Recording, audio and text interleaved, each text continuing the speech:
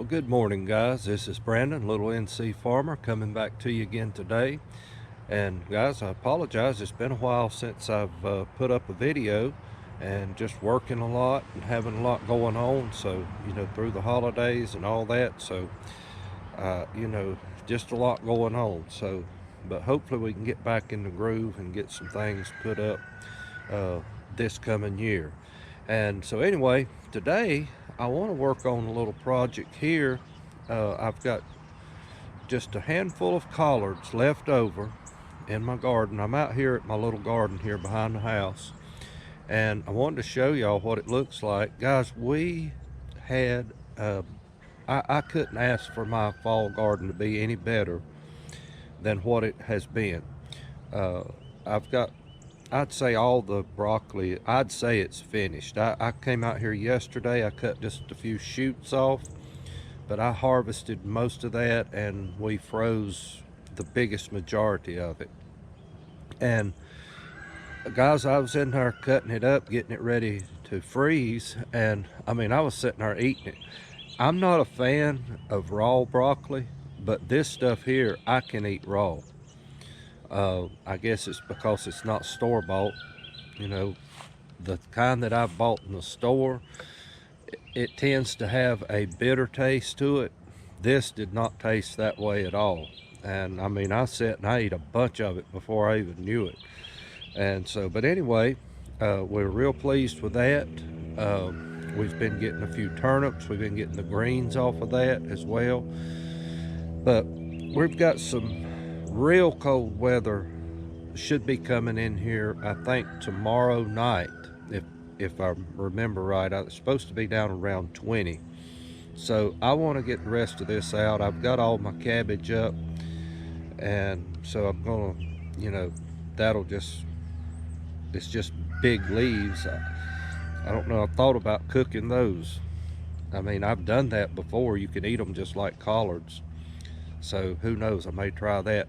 I am going to harvest some of the broccoli leaves because you can eat those. They are edible, some of the tender ones. So I will be getting some of those.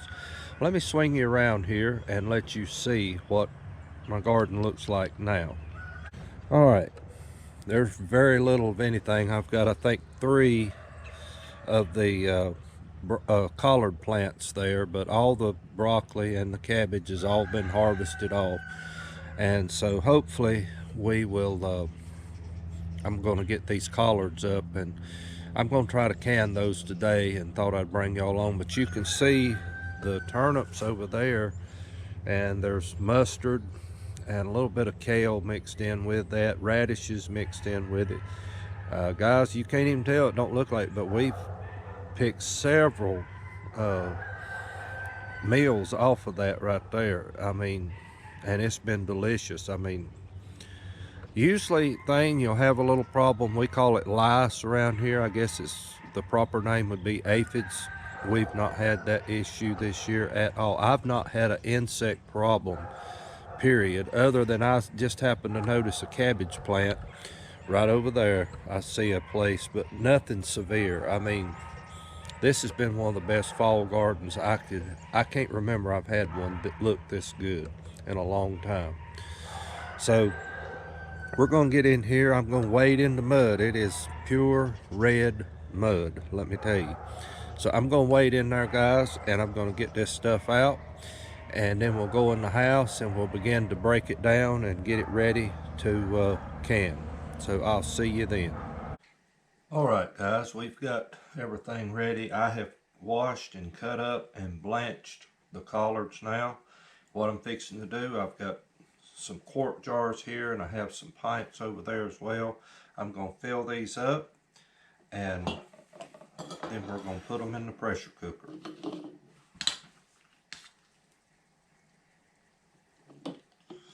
They are hot, and it's hot in this kitchen too, by the way. Now, I'm going to say something about this. I put the stems in mine. If you do not like that, you can take those out. That's to everybody's preference. I really think, personally, I think that's where the flavor is at. But to everybody their own. I will say this, when you pressure cook them, they are a lot more tender than if you're just cooking them up, you know, to serve and eat. And I'm not sure how much I'm going to end up with here. I've got 5 quarts ready. I don't know, I may try to use some quarts and pints, so we'll just see. But I'm going to can these on my wood heater, and it's 80 degrees in here, it's 45 outside, so might as well get some use of it.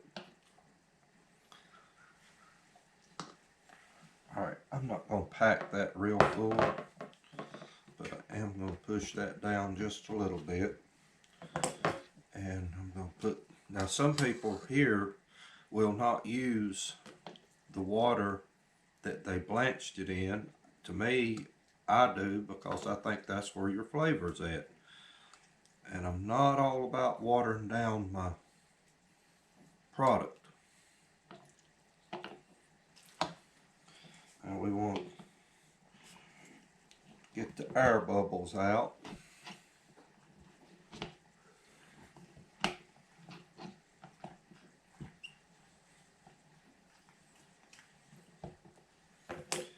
But you can use this method on canning greens, on mustard, turnip greens. You know, they're all basically the same. And according to the Ball Blue Book, you will want to cook it at 10 pounds of pressure. And I'm pretty sure it's 90 minutes. That's an hour and a half. Alright, this one's ready to go in the cooker, so I'm going to go and set it in there. Got it sitting on the heater, so it's getting hot. Move this out of the way.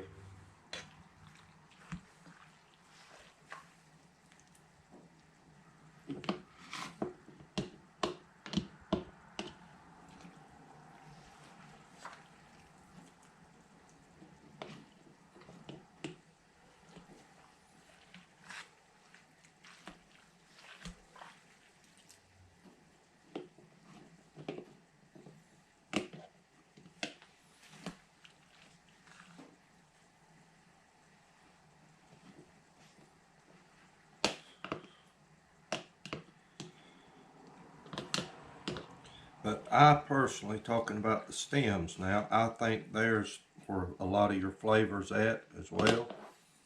A lot of your minerals, your vitamins is there too. So, but everybody's a little different. And I'm using a fork to go in and pick these things up. Seems to work better.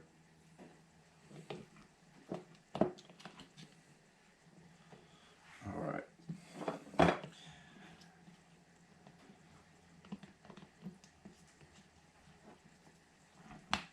And I've got a teaspoon of salt added to these quart jars.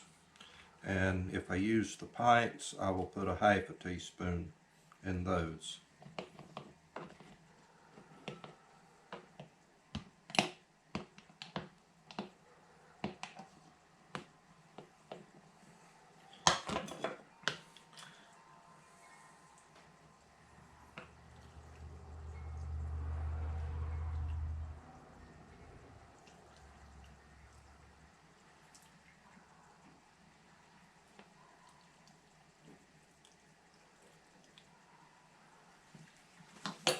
Alright, and we'll debubble this.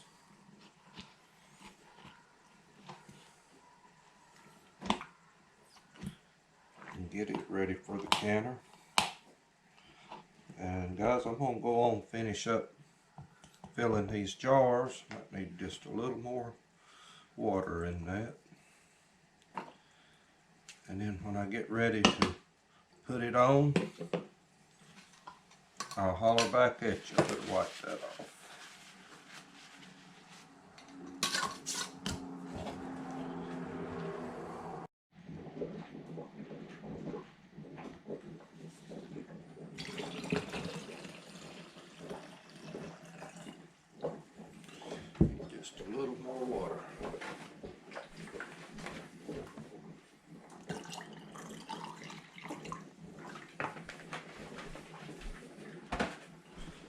Had a little extra space, so I thought, well,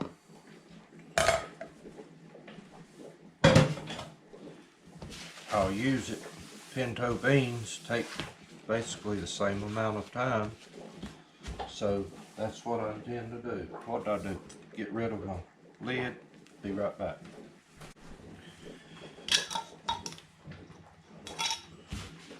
Double check. I think I wiped it off. All right, now let's go over to the canner, guys.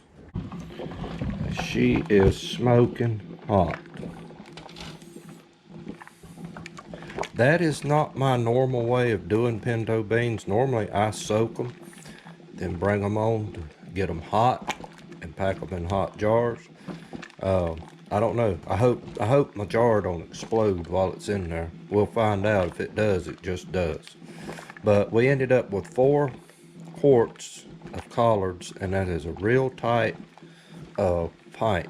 And now I've got a pint of pintos and a quart of pintos, so I've got a good meal right there. All right, guys, I'm gonna set the camera down, and I will let you watch me put the lid on this thing.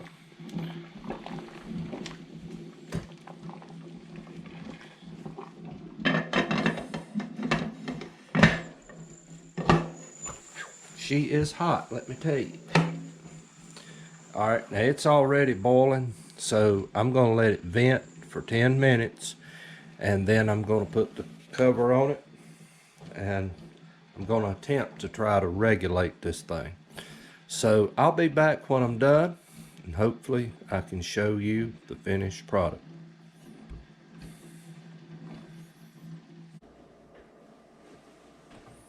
All right, guys, it's down to 83 degrees in here, so it's cooled off some, but it's been an hour and a half, so, and I set it off just a little bit ago. I just let it cool. So, but it's still hot, so you got to be careful when you raise these lids on these things.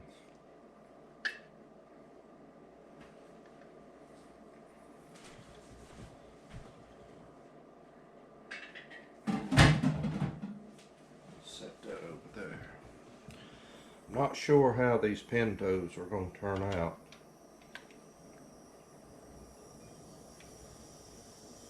But the collards look delicious.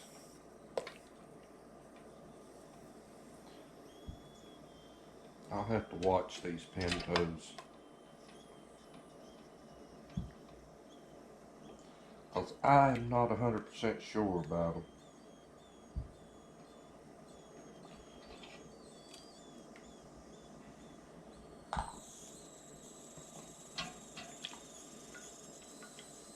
Just don't know. We'll see. They didn't take up all the water, so I don't know. We'll find out. Never done them quite like that before. So anyway, let me move this out of the way. All right, guys. Well, there it is. I'm gonna let this cool, and collards look great. So I'm really pleased with that. That'll go a long way to help. And nothing was wasted. So really thankful for that. Y'all have a great day, and I appreciate you watching. And like I say, I apologize for not having any content lately, but hopefully we can get back in the swing of things and get this done, and have a lot more going on. So till the next time, guys, y'all have a great day, and thank you from Little NC Farmer.